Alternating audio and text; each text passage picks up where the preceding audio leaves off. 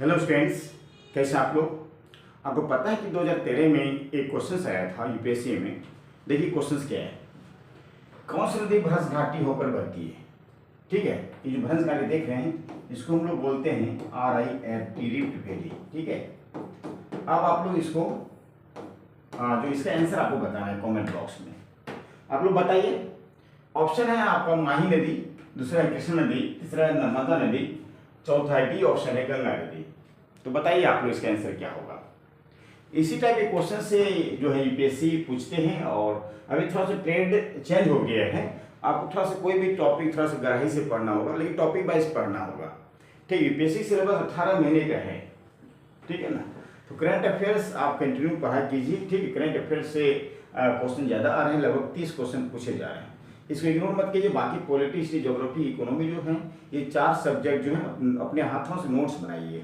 ठीक है, 2-4 किताब रखिए रेफरेंस में, और अपने हाथों से नोट्स बनाइए। दूसरे के नोट से काम नहीं चलना है हमारे प्यारे बच्चों, इस बात को ध्यान रखना है। ठीक है, जितने भी प्रीवियस क्वेश्चन पेपर हैं, जितने भी प्रीवियस क्वेश्चन पेपर हैं, उनको आप देखते रहिए बराबर, और उससे संबंधित जो है इंपॉर्टेंट क्वेश्चन निकालिए।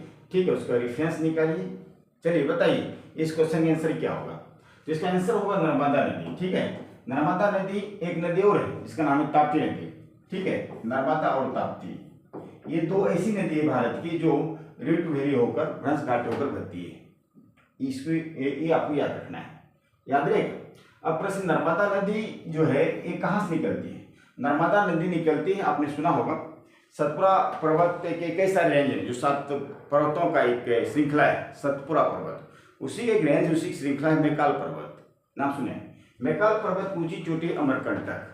ठीक है, तो अमरकंटक चोटी से यह नदी निकलती है, जैसे मान चलिए। ठीक है, ये मैकाल, इसकी ऊंची चोटी है अमरकंटक। ठीक है, अमरकंटक यहीं से निकलती है। ठीक, अमरकंटक चोटी से निकलती है नर्मदा नदी। ठीक है, जो दो पर्वत के बीच से होकर बहती है, 2 माउंटेन्स के बीच से होकर बहती है। एक है विंध्याचल पर्वत, दूसरा है सतपुरा पर्वत। ठीक है, 2 पर्वत के बीच से होकर बहने वाली पश्चिम की ओर, ठीक है, वेस्ट की ओर सबसे लंबी नदी यही है।